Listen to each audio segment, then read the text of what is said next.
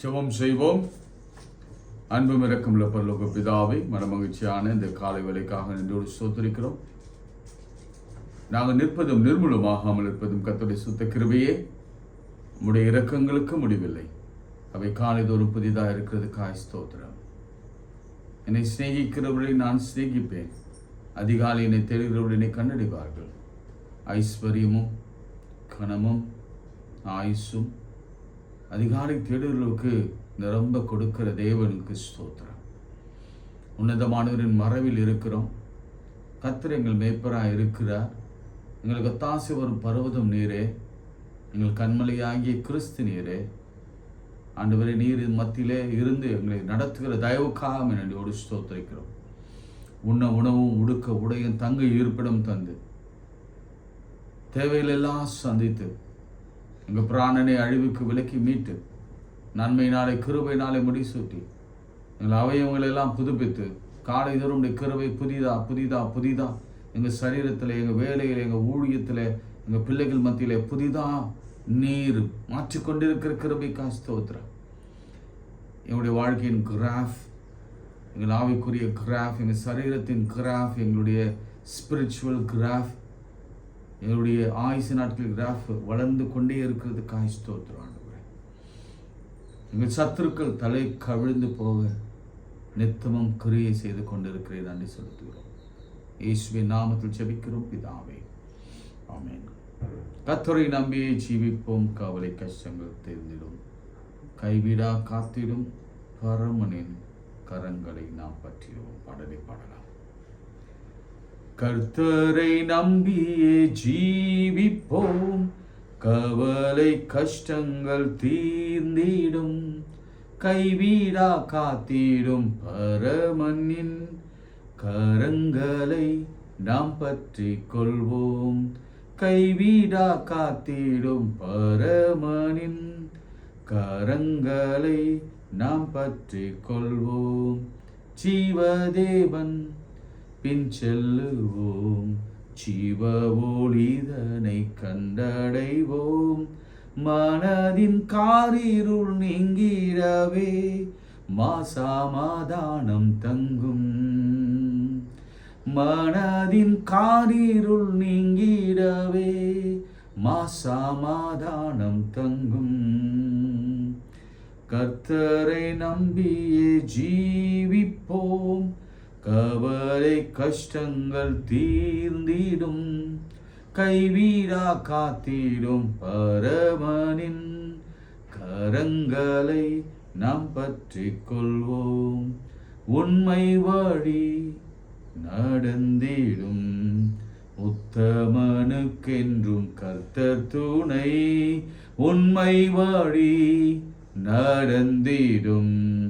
உத்தமனுக்கென்றும் கர்த்தர் துணை. கண்கள் அவன் மீது வைத்திடுவார். கருத்தாய் காத்திடுவார். கண்கள் அவன் மீது வைத்திடுவார். கருத்தாய் காத்திடுவார். கர்த்தரை நம்பியே ஜீவிப்போம். கவலை கஷ்டங்கள் தீர்ந்திடும். கைவிடா காத்திடும் பரமனின் கரங்களை நாம் பற்றி கொள்வோம். உள்ளமதின் பாரங்களை ஊக்கமாய் கர்த்தரிடம் சொல்லுவோம். உள்ளமதின் பாரங்களை ஊக்கமாய் கர்த்தரிடம் சொல்லுவோம். இக்கட்டு நேரத்தில் கூப்பிடுவோம். இயேசு வந்தாதரிப்பார். இக்கட்டு நேரத்தில் கூப்பிடுவோம். இயேசு வந்தாதரிப்பார். கர்த்தரை நம்பியே ஜீவிப்போம். கவலை கஷ்டங்கள் தீர்ந்திடும். கைவிடா காத்திடும் பரமனின் கரங்களை நாம் பற்றி கொள்வோம். கைவிடா காத்திடும் பரமனின் கரங்களை நாம் பற்றி கொள்வோம். கைகளை உயர்த்தி தாவீது கைகளை விரித்தான், ஜெபத்தை ஏறெடுத்தான், அரியணையை பெற்றுக்கொண்டான், அபிஷேகத்தை பெற்றுக்கொண்டான். சத்துருக்கள் விலக்கி கர்த்தர் காத்தார். மோசே கைகளை உயர்த்தி ஜெபித்தார். ஒரு பெரிய ஜனக்கூட்டத்தை 20 லட்சம் பேரை தேவன் காப்பாற்றினார், மேற்கொண்டார். நாமும் மேற்கொள்ளத்தக்கதா. சாலமோன் ஜெபித்தான். அவன் கேட்ட ஞானத்தையும் கேளாத ஐஸ்வர்யத்தையும் கர்த்தர் கொடுத்தார். அதிகாலையிலே தேடுகிறவர்களுக்கு கர்த்தர் ஞானத்தை மாத்திரமல்ல, ஐஸ்வர்யத்தையும் சம்பாதிக்கிற பலனையும் ஜீவனையும் தீர்க்க ஆயுசில் தருகிறார்.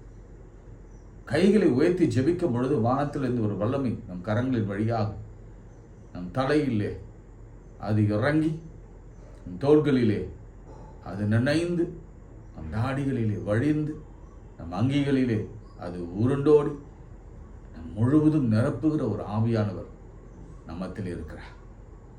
சரீரத்தில் எவ்வளவு பாடுகள் இருந்தாலும், மனதில் எவ்வளவு சஞ்சலங்கள் இருந்தாலும், எவ்வளவு வியாதிகள் இருந்தாலும், கை கால் முறிவுகள் இருந்தாலும், மனதிலே பிசாசின் போராட்டங்கள் இருந்தாலும், பிசாசின் அந்தரங்க வல்லமையின் கிரியைகள் இருந்தாலும், நமக்கு ஒரு கிருபையான கரம் ஒன்று உண்டு.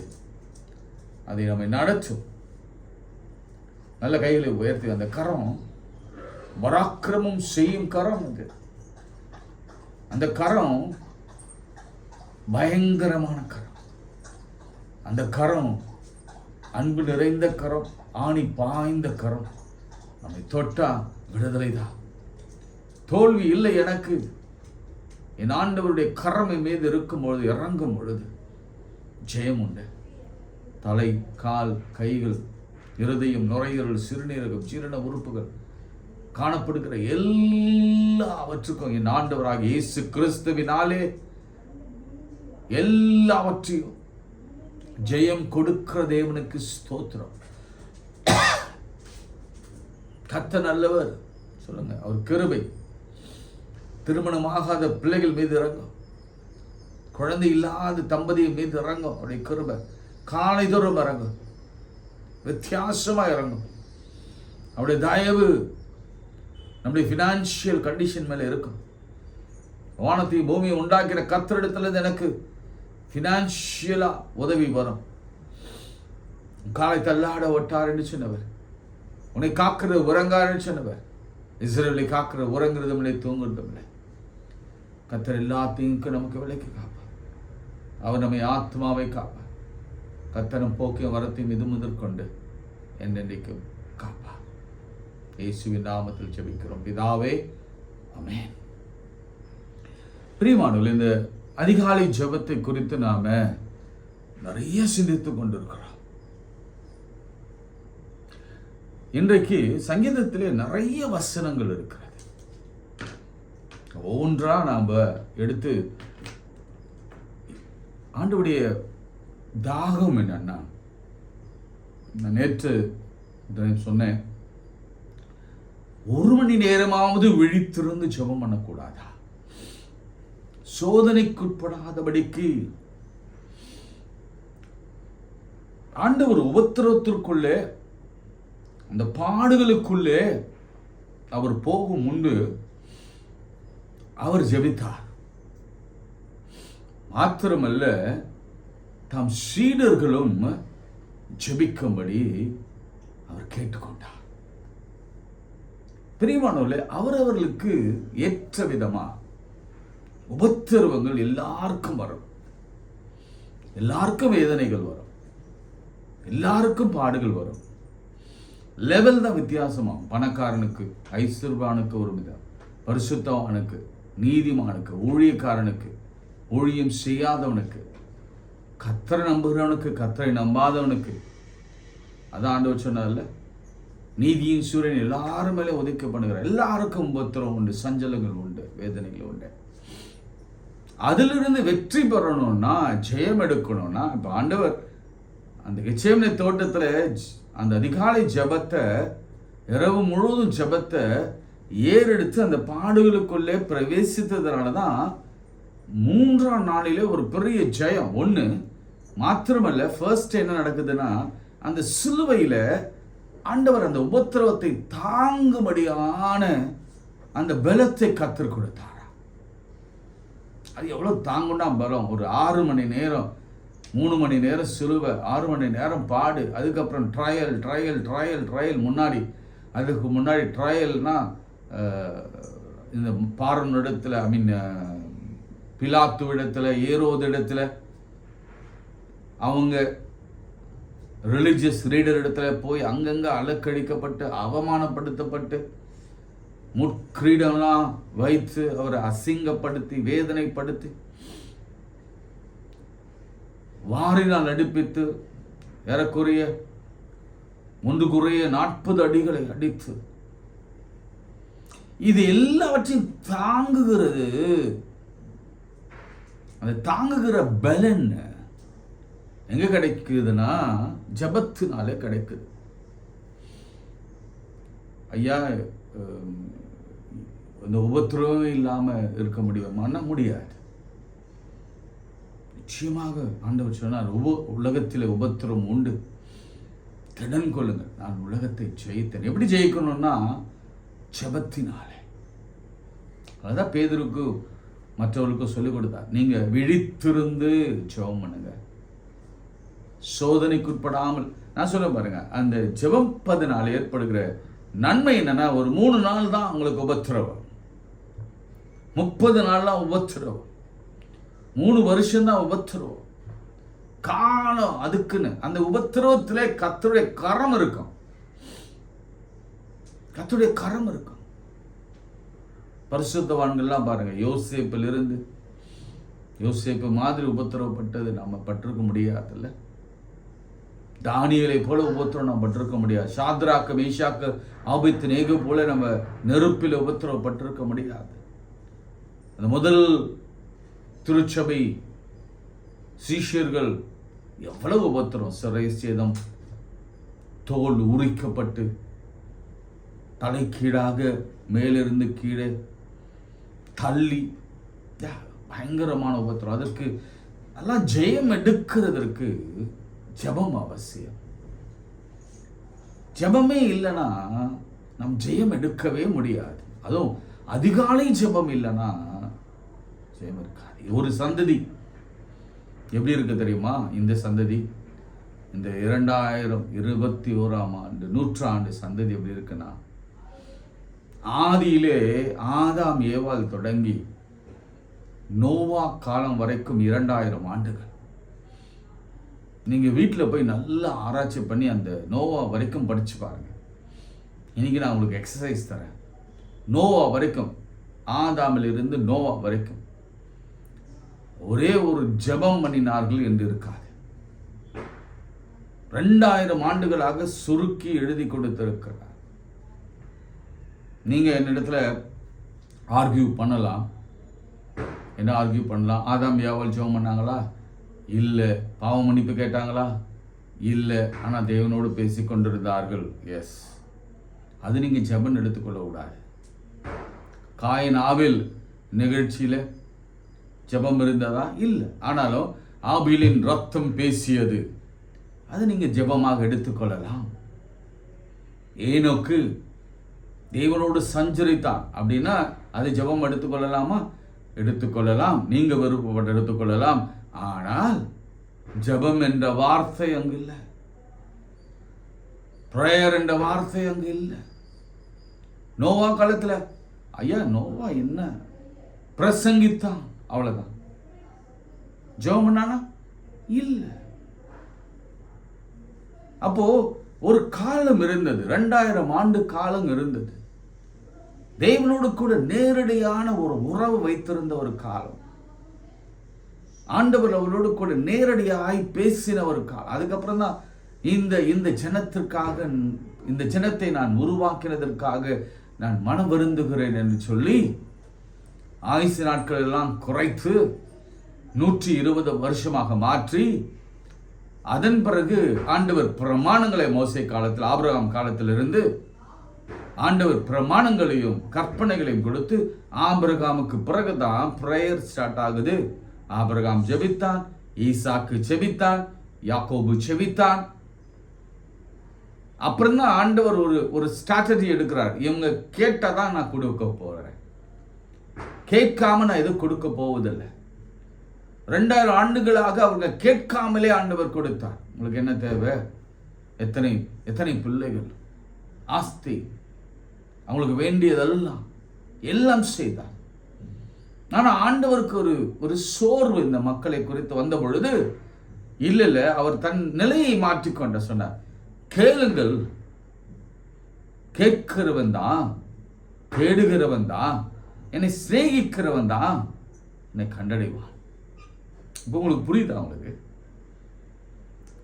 இப்போ நான் இந்த இடத்துல நிறுத்தி கேட்கிறேன், நம்மள எத்தனை பேர் ஆண்டவரை தேடுறோம்? வாரத்துக்கு ஒரு முறை, ஒருவேளை ஆண்டவருக்கு மகிமை உண்டாக மிகவும் தாழ்மையோடு சொல்றேன், 1/2 மணி நேரமாவது நம்ம இதை பார்க்கிற மக்கள், என்னோடு கூட இணைந்திருக்கிற மக்கள், உங்களுடைய ஆதரவினாலே நாம ஜெபிக்கிறோம். ஆனா உங்க கணவன், ஆனா உங்க பிள்ளைகள், ஆனா உங்க பேர பிள்ளைகள், உங்க சபை சார்ந்தவர்கள் 1/2 மணி நேரம் 1 மணி நேரம் கூட அல்ல, வேதத்தை திருப்பி வைத்து அதை தியானித்து ஜெபிக்கிற ஒரு 1/2 மணி நேரம் உள்ள நேரம் கொடுக்கிற மனிதர்களை நீங்க பார்க்க முடியுதா? இல்ல. ஆனா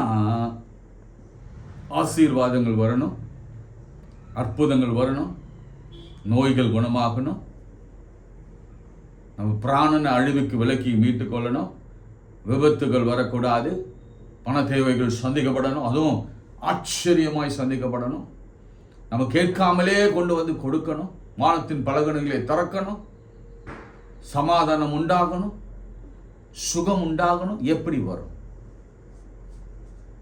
அங்கதான் ஆண்டவருடைய வருகைக்கு பிறகு, இயேசு கிறிஸ்துவின் பிறகு ஆண்டவர் ரொம்ப தெளிவா சொல்லிட்டார். ஆண்டவர் சொன்னார், மார்க் 1:30, அவர் அதிகாலையில் ஆண்டவரை தேடனார், அதிகாலையில் ஜெபிக்கும்படி வனாந்தரமான ஒரு இடத்திற்கு போனார். அவரே ஒரு எக்ஸாம்பிளை செட் பண்ணார். யோவான்ல சொன்னார், என் நாமத்தினாலே, இதுவரைக்கும் நீங்க ஒன்னும் கேட்கல, இப்போ கேளுங்க, என் நாமத்தினாலே நீங்கள் எதை கேட்டாலும் அதை நான் தருவேன் என்று ஆண்டவர் சொன்னார். மாத்திரமல்ல, இந்த ஜெபம் இயேசுவோடு கூட முடியுதா அப்படின்னு பார்த்தா இல்ல, பரலோகத்திலும் ஜெபம் இருக்கிறது. நிறைய நேரம் நம்ம பரலோகத்துல என்ன இருக்கும் அப்படின்னு நமக்கு தெரியல. ஆனா இன்று ஆண்டவர் என்னோடு கூட பேசின பொழுது இந்த வசனத்தை காண்பித்தார். பரலோகத்தில் நம்முடைய முற்பிதாக்கள் என்ன செய்யறாங்க, நம் தாய் தகப்பன்மார்கள் என்ன செய்யறாங்க? வெளிப்படுத்தல் 5ஆம் அதிகாரத்தில் 8ஆம் வசனத்தை வாசிக்கிறேன்.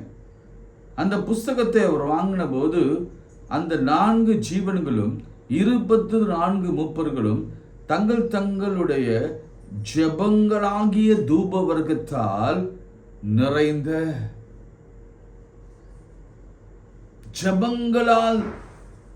ஜெபங்களாகிய, அவ்வளவுதான், ஜெபங்களை வைத்து அவங்க முடியுது. எப்படி தெரியுமா? ஆட்டுக்குட்டியானவருக்கு முன்பாக வணக்கமாய் விழுந்து ஜெபம் பண்ணினார்கள். இங்க உலகத்துல மாத்திரம் அல்ல, உலகத்திற்கு பின் ஒரு வாழ்க்கை இருக்கிறதா, அங்க கூட ஜெபங்கள் ஏறெடுக்கப்படுகிறது. அதான் சங்கீதக்காரன் தான் அதுல ரொம்ப ரொம்ப ஆழமா நிறைய காரியங்களை சொல்லி கொடுத்து போயிருக்கிறான்.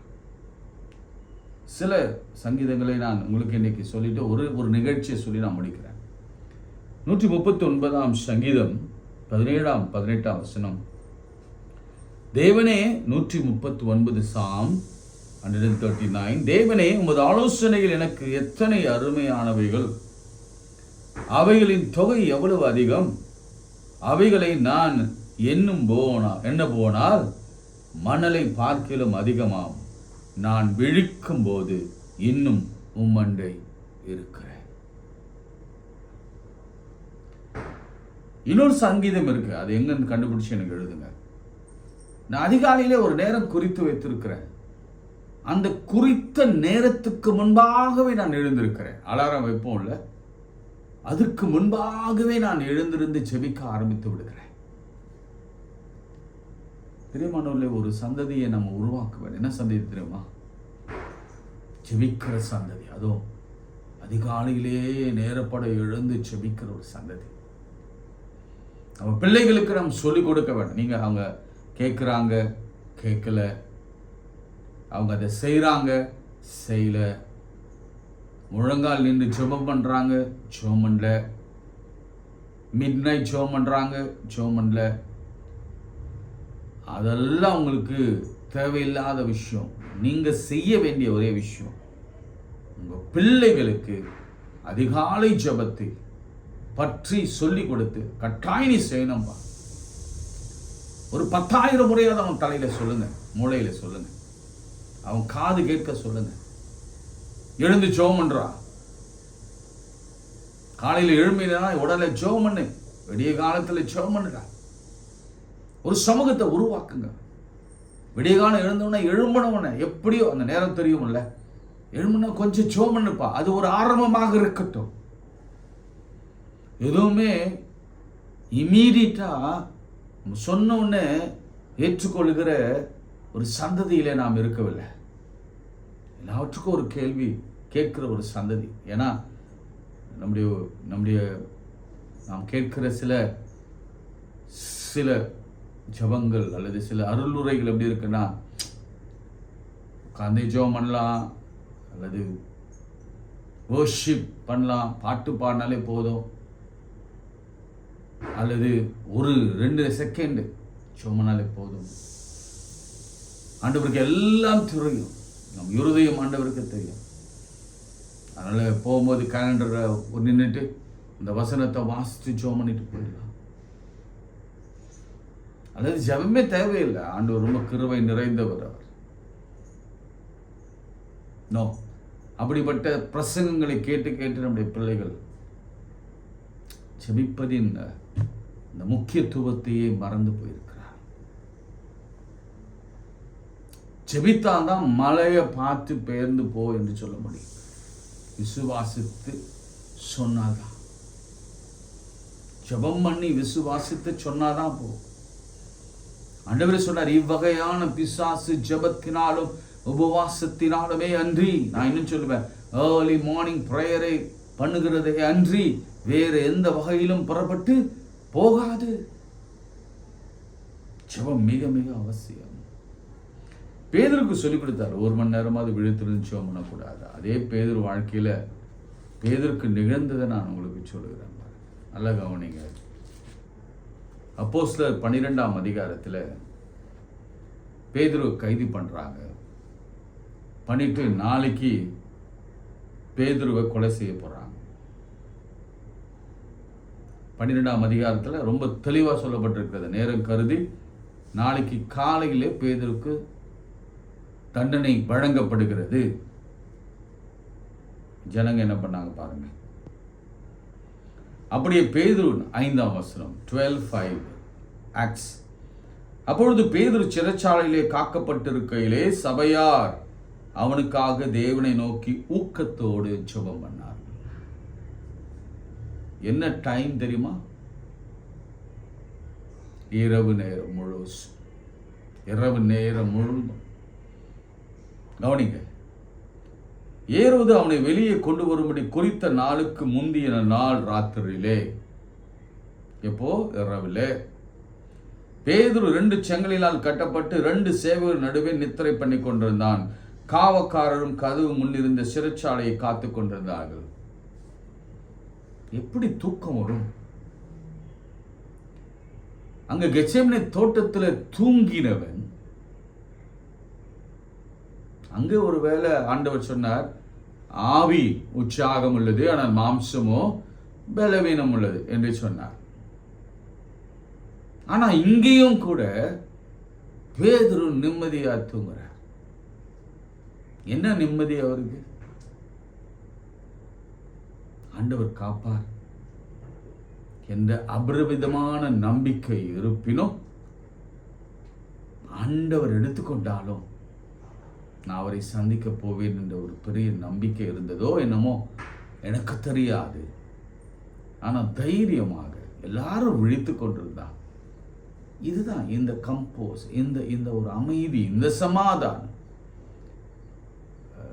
நாளைக்கு சாக போறேன், நாளைக்கு என்ன ஆகும் தெரியாது, நாளைக்கு கடன் அடைக்க முடியுமா முடியாதா, நாளைக்கு நமக்கு எதிராளிகளை நான் சந்திக்க போறேன், நாளைக்கு பிரச்சனைகள் புதுகரமாக இருக்குன்னா இந்த இரவே தூக்கம் வராது நமக்கு. ஆனால் கர்த்தரை நம்புகிற பிள்ளைகள், ஜெபிக்கிற பிள்ளைகளுக்கு கர்த்தர் சமாதானமான நித்திரையை உண்டு பண்ணுகிறார். 90ஆம் சங்கீதத்தில் அழகா எழுதப்பட்டிருக்கிறது, நாங்கள் எங்கள் வானெல்லாம் களி கூர்ந்து மகிழும்படி காலையிலே எங்களை உமது கிருபையால் திருப்தியாக்கும். கவலைப்படாதீங்க, சமாதானமாய் வாழும்படி காலையிலே எங்கள் வாழ்வை திருப்தி ஆக்கும். ரொம்ப ரொம்ப நல்ல சங்கீதம். நிறைய பாட்டு இருக்கு, அதில் சில சங்கீதங்கள் நான் உங்களுக்கு சொல்றேன். களி கூர்ந்து மகிழும்படி காலையிலே எங்களை உமது கிருபையால் திருப்தி ஆக்கும். அதிகாலை ஜெபமணி எழுந்த உடனே அந்த நாள் இருக்கிற தேவை எல்லாவற்றையும் ஆண்டவர் சந்தித்து விடுவார். அவர் முன்னே போய் கோணலானவைகள் எல்லாவற்றையும், மனுஷ சிந்தனைகள் எல்லாவற்றையும் மாற்றி போட்டு அவனுடைய இருதயத்தை எல்லாம் கரைய பண்ணி, ராஜாக்கள் இருதயத்தை கரைய பண்ணி, மேலே இருக்கிறவனை கீழே தள்ளி, கீழே இருக்கிறவனை நம்மளை கொண்டு போய் மேலே உட்கார எல்லா காரணங்களையும் சரி பண்ணி, என காலை தோறும் அவருடைய கிருபை புதிதா இருக்கிறது. திடன் கொள்ளுங்க, நல்லா தூங்குங்க. ஜெபம் பண்ணி கொண்டு இவன் தூங்கிக் கொண்டிருக்கிறான். ஆனால் ஊக்கமாய் ஜெபித்துக் கொண்டிருந்தார்கள். உடனே அவனை தட்டி எழுப்பி அவன் ட்ரெஸ்ஸை போட சொல்லி, போய் அந்த இருட்டில் அவன் பாதரட்சியை போட சொல்லி, 1ஆம் காவல் 2ஆம் காவல் வந்த பொழுது 11th வருஷத்துலாம் பேதுருவுக்கு தெளிவு வந்த போது, ஏரோதின் கைக்கும் யூத எண்ணங்களுக்கும் என்னை விடுதலையாக்கும்படி கர்த்தர் தம்முடைய தூதனை அனுப்பினார் என்று நான் இப்பொழுது மெய்யாகவே அறிந்திருக்கிறேன் என்றார். அல்லேலூயா, அல்லேலூயா. பாருங்க, நாளைக்கு எழுதப்பட்டாச்சு மரண சாசனம், வேர்டிக்ட் எழுதப்பட்டாச்சு. ஆனா அந்த முந்தி ராத்திரியே ஆண்டவர் தம்முடைய தூதர்களுக்கு அனுப்புகிறார், தூதர்களுக்கு கட்டளை கொடுக்கிறார். உங்கள் பாதம் கல்லில் இடாதபடிக்கு தன் கரங்களிலே ஏந்தி கொண்டு போவார்கள் என்ற 91ஆம் சங்கீதத்தின்படியே ஒவ்வொரு நாளும் சொல்றோம்ல, தீர்ப்பை மாற்றி எழுதுகிற தேவன். பாருங்க, அவன் அப்படி நிச்சயித்து கொண்டு மார்க்கீனம் பேர்கொண்ட யோவானுடைய தாயாகிய மரியாள் வீட்டுக்கு வந்தான். அங்கே அநேகர் கூடி ஜெபம் பண்ணி கொண்டிருந்தார்கள்.